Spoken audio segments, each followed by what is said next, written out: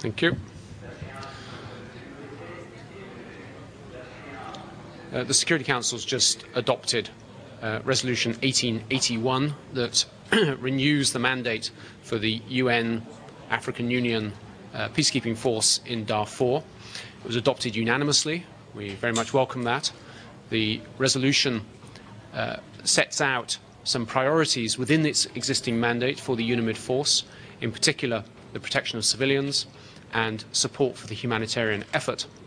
There is still serious concern that we set out in the resolution about the security situation on the ground and about the rather slow progress in the political track, on the political process. But some of the recent developments in Sudan have been more encouraging. We welcome the improved cooperation between the Sudanese government and the UN Secretariat and the African Union on building up the UNAMID force. And we warmly welcome the acceptance by all parties of the recent panel arbitration ruling on the borders of Abyei. We think these are important steps, and we urge all parties to continue cooperation to ensure that peace can be restored to the whole of Sudan in the period ahead. Where do Council members currently stand on the issue of Article 16? And also, I was wondering if I could ask what Britain's priorities are going to be during the presidency.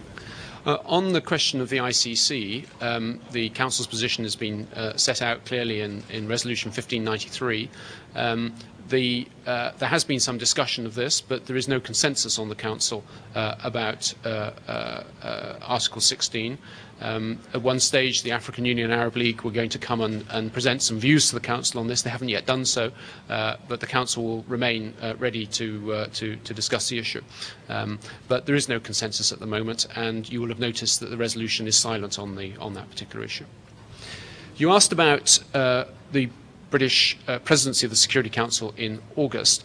We take over the presidency on the 1st of August, on Saturday. The Council will have to approve a programme of work early next week, and we've been circulating some ideas for that. There are some things that will fall to us, in particular the renewal of the mandates for the UN missions in Iraq and the peacekeeping force in Lebanon. We will also be looking at the question of peacekeeping.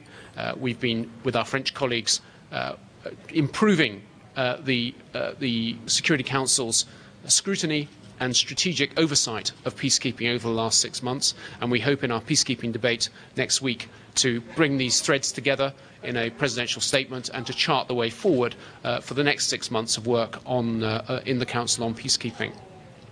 There will also be a debate also next week on sexual violence. The Secretary-General submitted a report in July on this issue, which continues to be of major concern to all of us who are involved in conflict areas, particularly in the Congo and elsewhere, where systematic rape is used as a weapon of war and becomes endemic in societies. And the Secretary-General, to his credit, has taken a personal interest and seized this issue, and will be reflecting on that in the Council next week.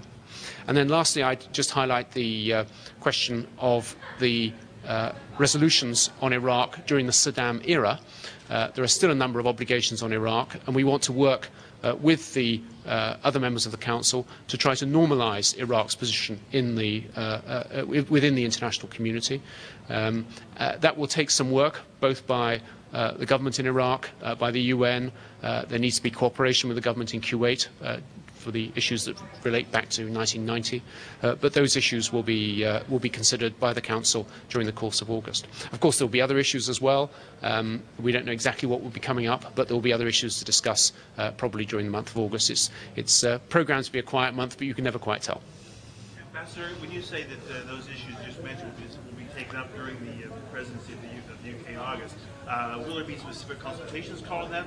Will there be consideration of a draft resolution? It doesn't indeed take a draft or adoption of a resolution to lift the remaining restrictions off of Iraq. Well, we have a report from the Secretary-General on these outstanding resolutions. The Council needs to consider the way forward on that. No one has brought forward a draft resolution yet. I think there's consultations that are required first between members of the Council and involving the governments in both Baghdad and Kuwait. Well, is it clear that legally, I guess you could say, that a further resolution is needed to remove the restrictions or to act in a way that Iraq is requesting? Certainly further decisions will be required by the Security Council, that's correct. Do you expect to consider the situation in Myanmar, particularly given the verdict that's expected tomorrow? Well, let's wait and see what the verdict is. The Secretary General spoke on this yesterday. I think you know there's a range of views in the Security Council on this issue.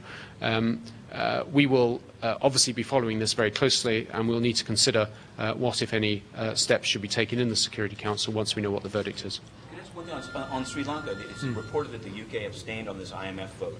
What steps, but it was approved, what steps, what is the UK or can they do about the situation of these IDPs that are in these camps and have not been released? Well, you'll have to ask my colleagues in Washington about the situation at the IMF board.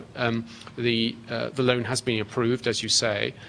Our main concern in Sri Lanka now is twofold. Is first of all to help those hundreds of thousands of people who were forcibly displaced by the fighting to be able to return to their homes and resume a normal life in Sri Lanka.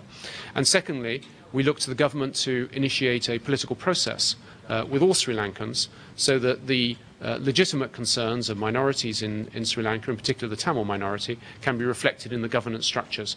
The government of Sri Lanka has defeated the LTTE militarily.